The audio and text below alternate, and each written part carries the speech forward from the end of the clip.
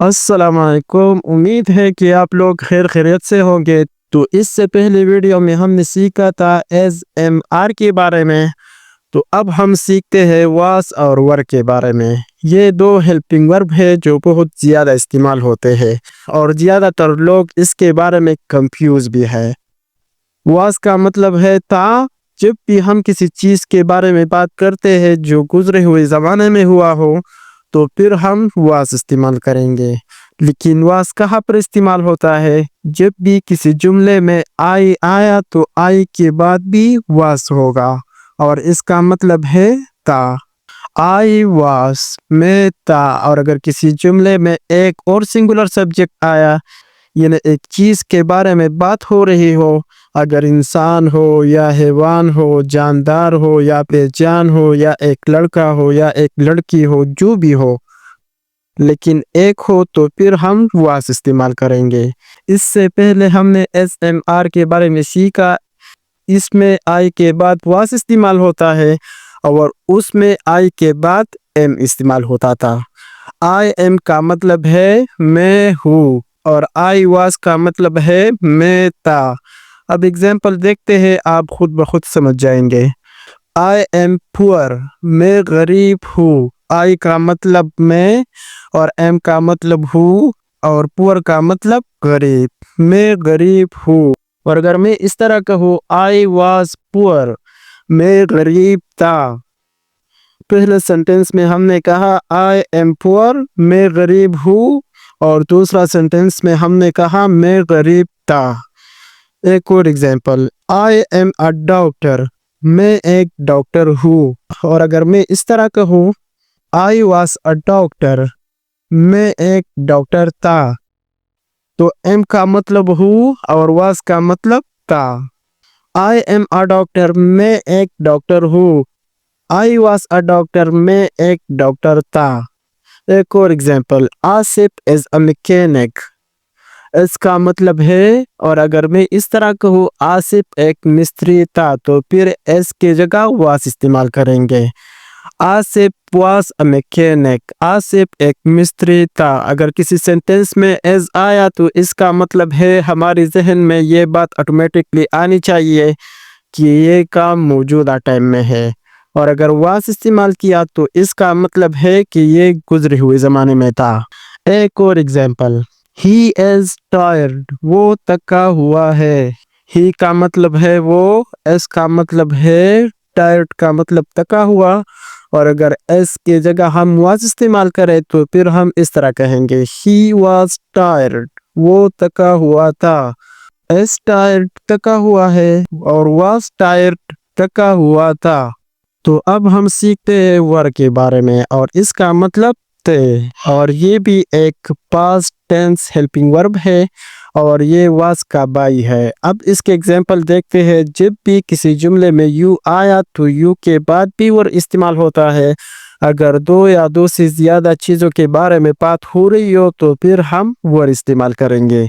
اس سے پہلے ہم نے سیکھا آر کے بارے میں۔ جب بھی کسی جملے میں یو آ جائے تو پھر ہم آر استعمال کریں گے، یعنی موجودہ ٹائم کے بارے میں بات ہو رہی ہو، اور اگر ہم گزرے ہوئے زمانے کے بارے میں بات کریں، اگر کسی جملے میں یو آیا تو پھر ہم ور استعمال کریں گے۔ اور اگر کسی جملے میں دو یا دو سے زیادہ چیزوں کے بارے میں بات ہوئی تو پھر ور استعمال کریں گے۔ For example, they are rich, وہ امیر ہے۔ دے کا مطلب وہ، تو وہ لوگ دو بھی ہو سکتے ہیں یا دو سے زیادہ بھی ہو سکتے ہیں، تو اس وجہ سے ہم نے آر استعمال کیا، اور آر کا مطلب ہے اور رچ کا مطلب امیر۔ وہ اب موجودہ ٹائم میں امیر ہے، اور اگر ہم گزرے ہوئے زمانے کے بارے میں بات کریں تو پھر ہم اس طرح کہیں گے they were rich، وہ امیر تھے۔ ایک اور ایگزامپل، we are sad، ہم اداس ہے۔ we کا مطلب ہم، آر کا مطلب ہے اور sad کا مطلب اداس، یعنی ہم اس موجودہ ٹائم میں اداس ہے، تو پھر ہم اس طرح کہیں گے we are sad، ہم اداس ہے۔ اور اگر ہم اس طرح کہیں کہ ہم اب خوش ہیں، ہم تو اس ٹائم پہ اداس تھے، تو پھر ہم اس طرح کہہ سکتے ہیں we were sad، کیونکہ we ہم دو بھی ہو سکتے ہیں یا دو سے زیادہ بھی ہو سکتے ہیں، اس لیے ہم نے آر استعمال کیا. اس کی وجہ سے ور بھی استعمال کرتے ہیں. وی ور سیڈ ہم اداس تھے. وی آر سیڈ ہم اداس ہے. وی ور سیڈ ہم اداس تھے. ایک اور example. The students are hard working.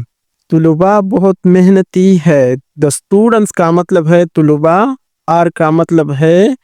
تو اس سینٹینس میں اسٹوڈنٹ زیادہ طلباء کے بارے میں بات ہو رہی ہے، تو اس وجہ سے ہم آر استعمال کریں گے. آر کا مطلب ہے. ہارڈ ورکنگ کا مطلب بہت محنتی. طلباء بہت محنتی ہے. اور اگر ہم اس طرح کہیں کہ طلباء پہلے بھی بہت محنتی تھے، تو پھر ہم اس طرح کہیں گے دی اسٹوڈنٹس ور ہارڈ ورکنگ. طلباء بہت محنتی تھے. پہلے سینٹینس میں ہم نے کہا the students are hard working, طلباء بہت محنتی ہے. اور دوسرا سینٹینس میں ہم نے کہا the students were hard working, طلباء بہت محنتی تھے. ایک اور example. You are under debit.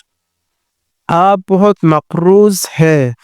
یعنی ابھی موجودہ ٹائم میں یو کا مطلب آپ، آر کا مطلب ہے، انڈر کا مطلب نیچے، ڈیبٹ کا مطلب مقروض.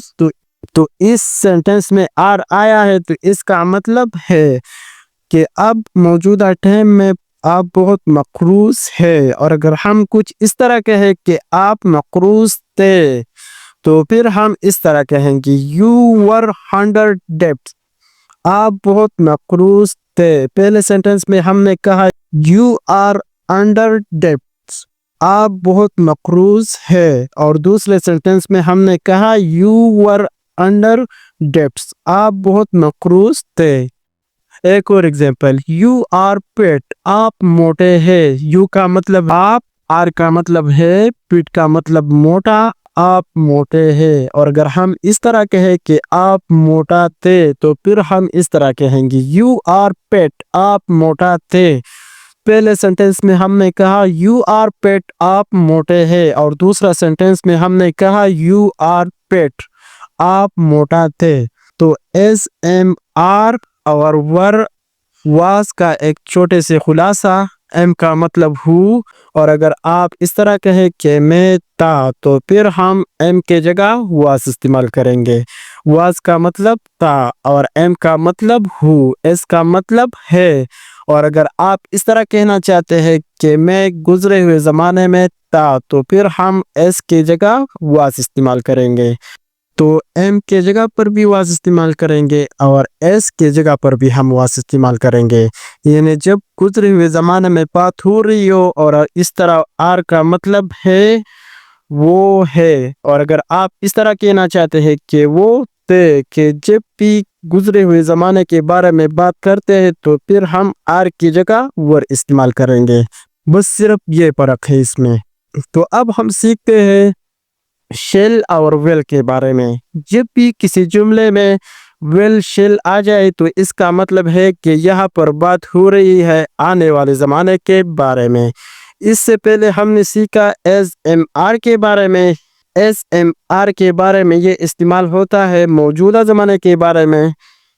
اس کے بعد ہم نے سیکھا واز اور ور کے بارے میں.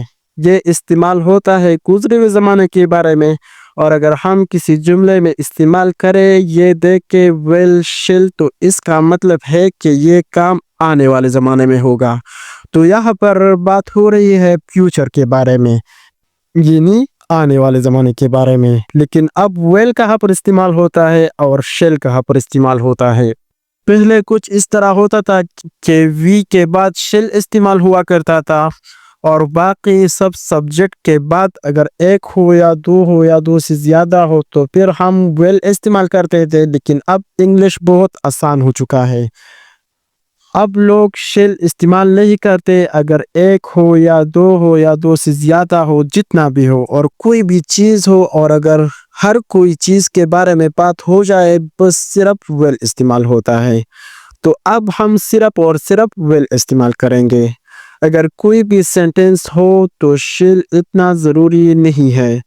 اب ایگزامپل دیکھتے ہیں. For example, I am hungry, میں بھوکا ہوں.